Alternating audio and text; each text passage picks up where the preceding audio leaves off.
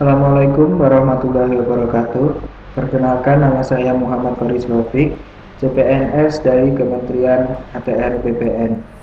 Pada kesempatan kali ini saya akan menjelaskan mengenai komitmen mutu dan juga anti korupsi. Yang pertama saya akan jelaskan yaitu komitmen mutu. Untuk mendapatkan komitmen mutu ada beberapa hal yang harus diperhatikan. Yang pertama yaitu efektivitas, dan yang kedua efisiensi. Apa itu efektivitas? Efektivitas yaitu hal yang menunjukkan tingkat ketercapaian target yang telah direncanakan, baik menyangkut jumlah maupun mutu hasil kerja. Sedangkan efisiensi merupakan tingkat ketepatan realisasi, penggunaan sumber daya, dan bagaimana pekerjaan dilaksanakan sehingga tidak terjadi pemborosan sumber daya, penyalahgunaan alokasi, penyimpanan prosedur, dan mekanisme yang keluar alur.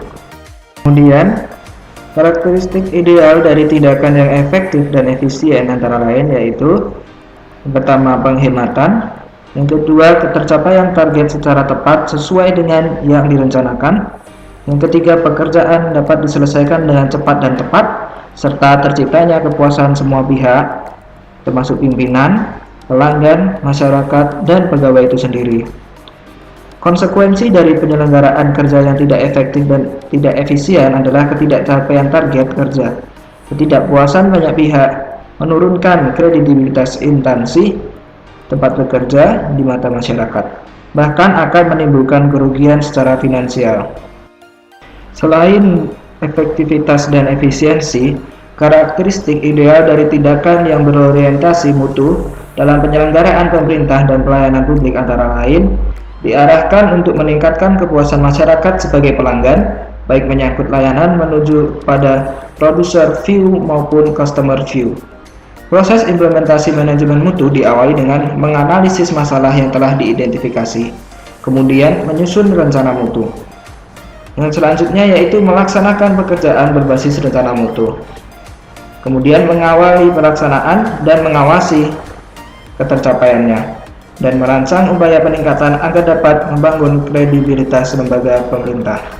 Banyak cara yang dapat dilakukan untuk senantiasa memperbaiki mutu layanan dari pegawai ASN kepada publik.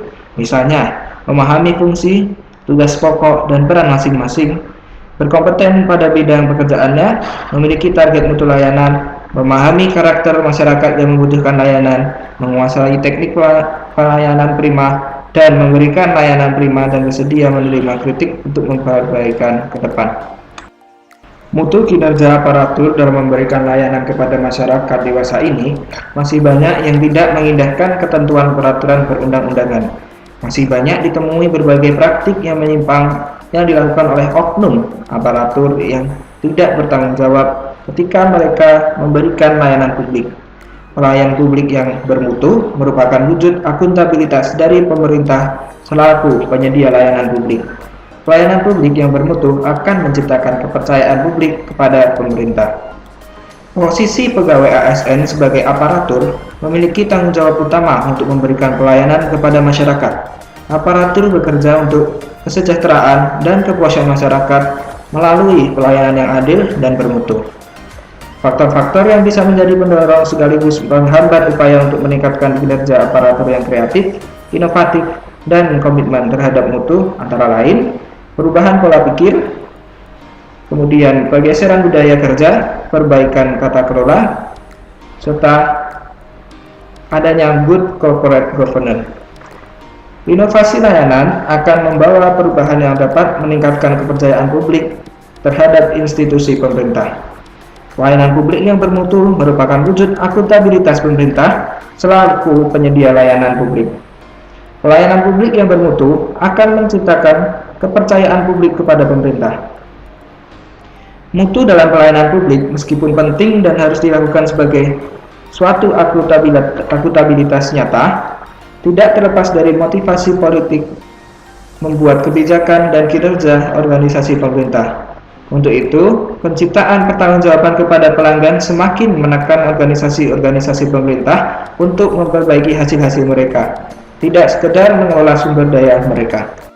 Materi selanjutnya yang saya akan bahas yaitu anti korupsi. Sebelum memasuki itu, saya akan menjelaskan apa itu korupsi. Korupsi yaitu, menurut Robert Klingard, adalah diskresi atau monopoli tanpa adanya akuntabilitas. Korupsi ini memiliki rumus korupsi sama dengan diskresi dikali monopoli dikurangi akuntabilitas. Dampak korupsi tidak hanya sekedar menimbulkan kerugian keuangan negara, namun dapat menimbulkan kerusakan kehidupan yang tidak hanya bersifat jangka pendek, tapi dapat pula bersifat jangka panjang.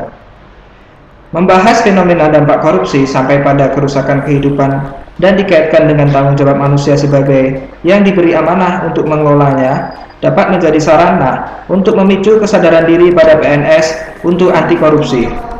Kesadaran diri anti korupsi yang dibangun melalui pendekatan spiritual dengan selalu ingat akan tujuan keberadaannya sebagai manusia di muka bumi, dan selalu ingat bahwa seluruh ruang dan waktu kehidupannya harus dipertanggungjawabkan, dapat menjadi benteng kuat untuk anti korupsi.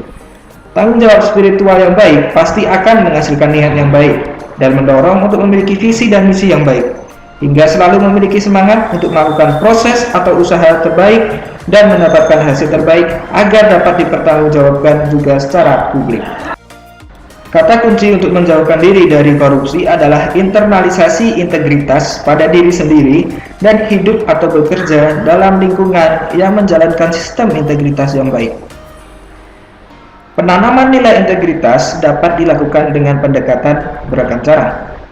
Di antaranya melalui yang pertama, kesediaan, yang kedua, identifikasi, dan yang ketiga, internalisasi. Tingkat permanensi penanaman ataupun perubahan sikap dan perilaku melalui pendekatan internalisasi akan lebih permanen dibandingkan dengan identifikasi dan kesediaan.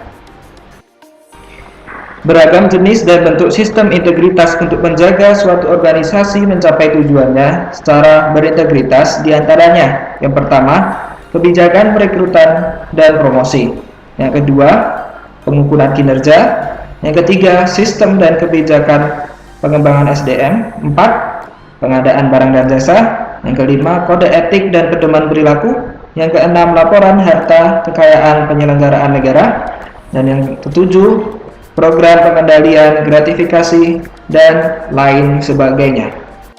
Maka dari itu, marilah kita sama-sama sadar bahwasanya korupsi itu sangat berbahaya dan merugikan. Mari kita tanamkan anti korupsi di dalam diri kita. Sekian dari saya, kurang lebihnya saya mohon maaf. Assalamualaikum warahmatullahi wabarakatuh.